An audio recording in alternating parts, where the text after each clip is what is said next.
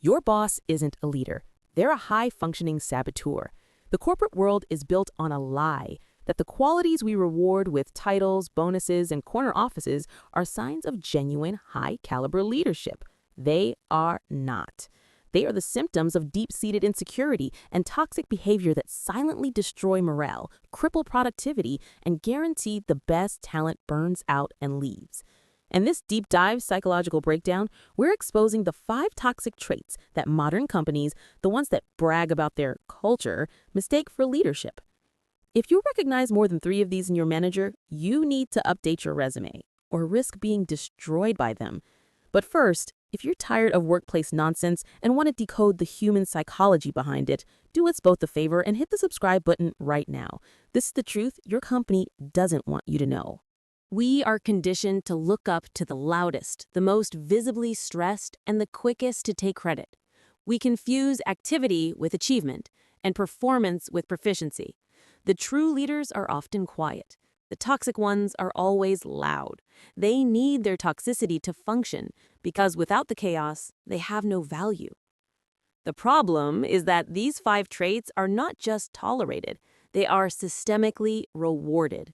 They are the shiny red buttons that the algorithms of corporate advancement are programmed to select for. But if you're trying to build a stable, profitable, long-term business, these leaders are nothing but time-delayed bombs. Let's start with the loudest one. What it looks like. This person is addicted to urgent tasks. They thrive in a state of manufactured panic. They change project priorities every Monday morning, demanding immediate shifts in direction.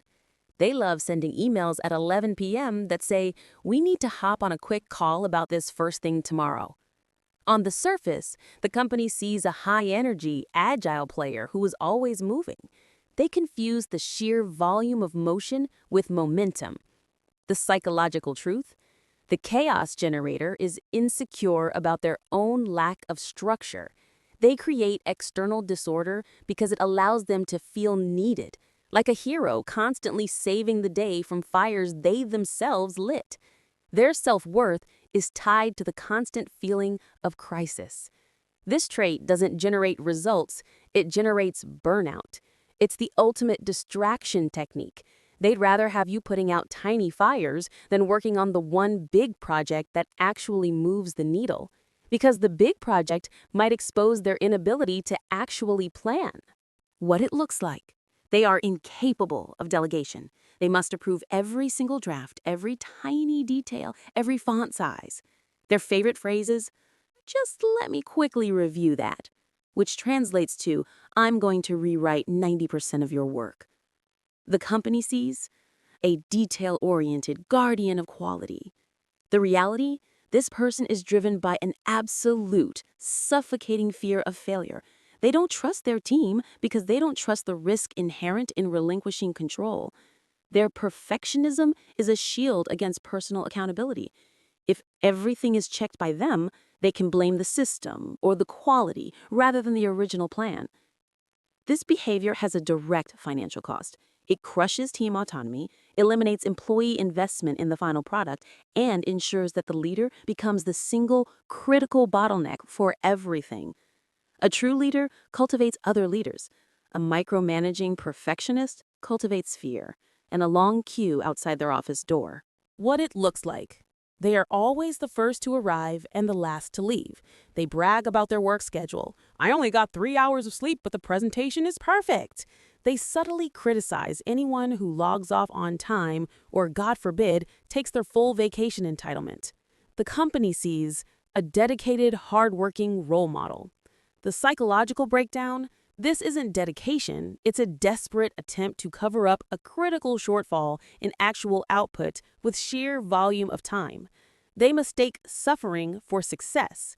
The martyr believes that the more visibly they struggle, the more indispensable they become. And here's the most toxic part. They don't want you to succeed without them. They want the entire team to adopt their unhealthy standards, not because it drives productivity, but because it validates their own miserable existence. But if their hard work is so effective, why are they always so busy? What it looks like. Mood swings. shouting your cold shouldering in meetings, the classic, you're either with me or you're against me mentality. They often weaponize personal feelings to control the room. The company sees a passionate, results driven personality. They tolerate it because they confuse passion with effectiveness. The truth is that emotional volatility is a primitive leadership technique. It is the cheapest and fastest way to demand compliance through fear. A leader's job is to create a predictable, safe environment for high level cognitive work.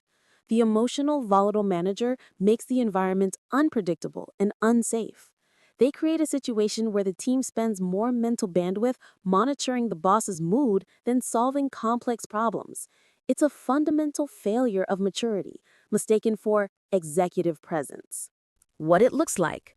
Calling 3 meetings to decide on a minor policy. Always asking for more data. Refusing to make a final call until 3 separate teams have submitted reports. Passing final sign-off up the chain, even for things well within their remit. The company sees a collaborative, data-driven consensus builder. The stark reality, this is avoidance of ownership. Decision-making is the ultimate act of leadership because it involves the acceptance of risk. The committee king delegates the risk to the data and the committees so that if the outcome is bad, they can say, the numbers told us to. This trait kills momentum. It slows the company down to the speed of its most risk-averse, insecure leader. The world is moving fast. Your competitor made a choice yesterday. You're still waiting for the 50-slide deck on whether to use blue or green for the logo. You're not optimizing. You're hiding. You now have the framework. Recognizing these 5 traits isn't about being cynical. It's about exercising the highest form of professional intelligence. You are not just observing your workplace. You are debugging the psychological code of your organization. Your goal is not to fix your boss. You can't. Your goal is to use this knowledge to change your approach. Stop rewarding their chaos with urgency. Stop feeding their need for control.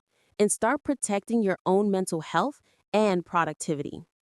If this video resonated, do 2 things right now. 1, like this video to send a signal to the algorithm that this truth needs to be spread.